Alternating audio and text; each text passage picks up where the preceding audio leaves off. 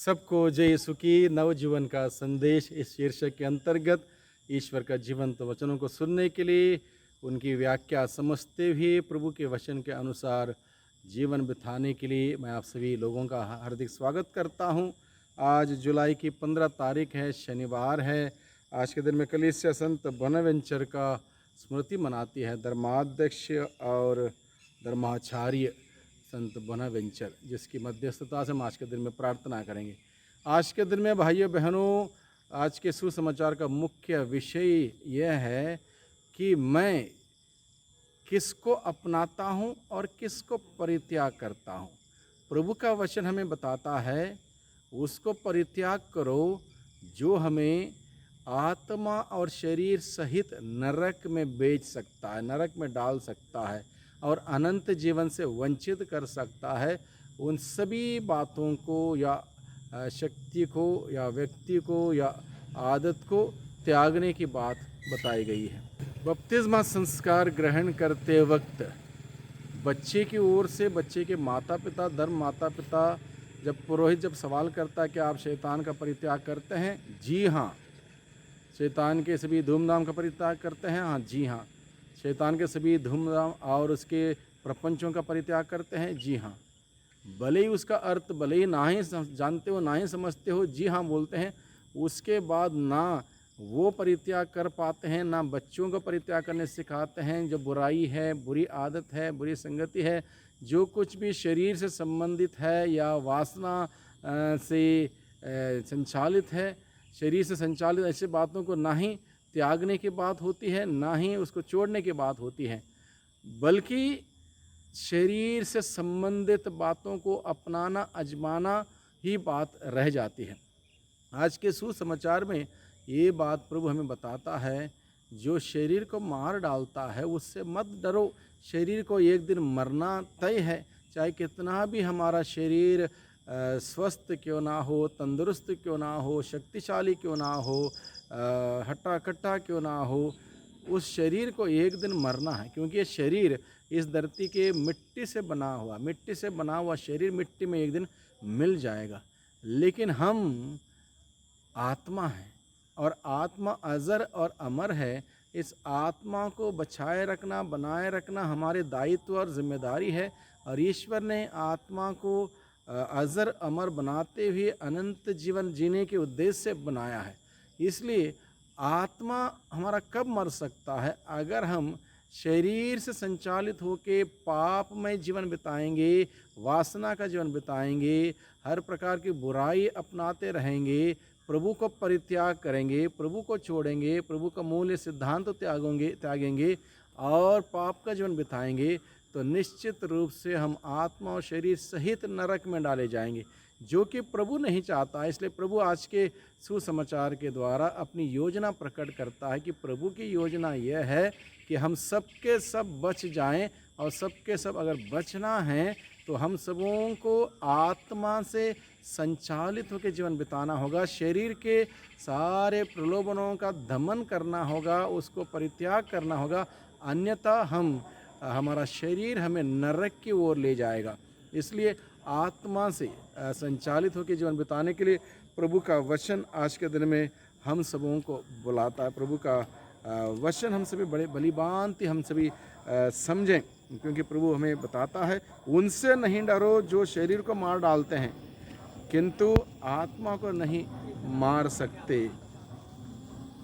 बल्कि उससे डरो जो शरीर और आत्मा दोनों का नरक में सर्वनाश कर सकता है। प्रभु बड़े ठोस शब्दों को इस्तेमाल करते हुए हम सबों को इस बात को समझने के लिए जोर देता है, जो शरीर और आत्मा दोनों को नरक में जो डाल सकता है और सर्वनाश कर सकता है, उससे डरो।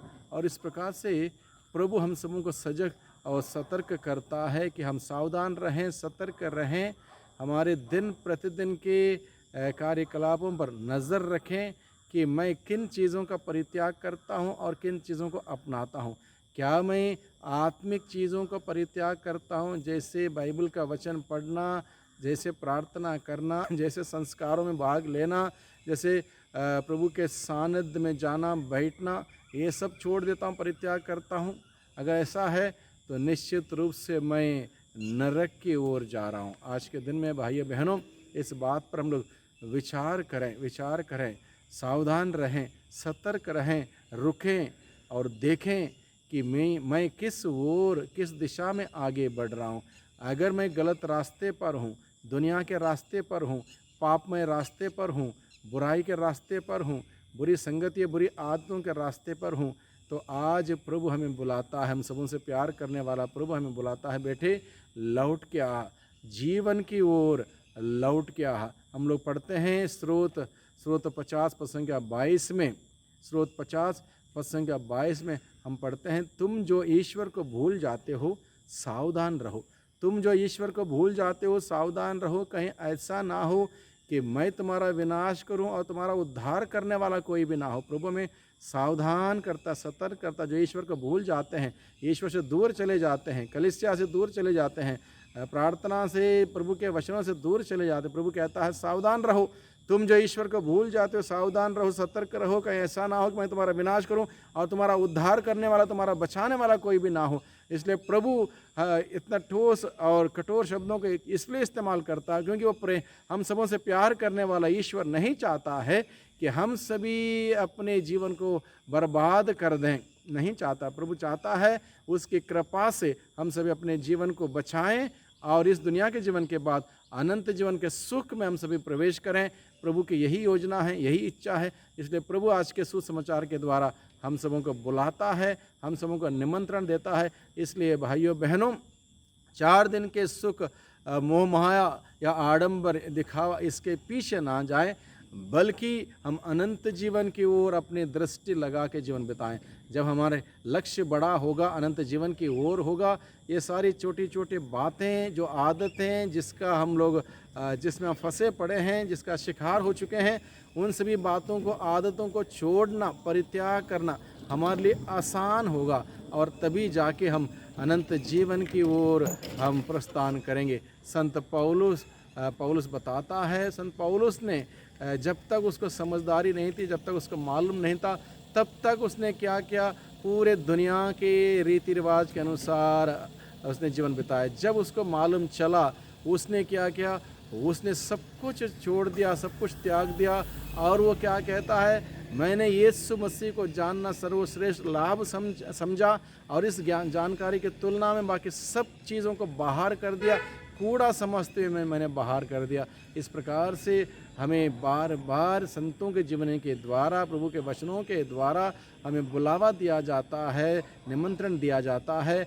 हम जो हमारे लिए उचित नहीं है, अच्छा नहीं है, उसको त्यागें, परित्याग करें और प्रभु को, प्रभु के वचनों को, प्रभु की बातों को, प्रभु के मूल्यों को, सिद्धांतों को अपनाएं, आजमाएं और एक बेहतरीन जीवन बिताते हुए प्रभु की महिमा देखें, प्रभु की महिमा करें, प्रभु का जीवन जिएं, प्रभु में आनंद बनाएं।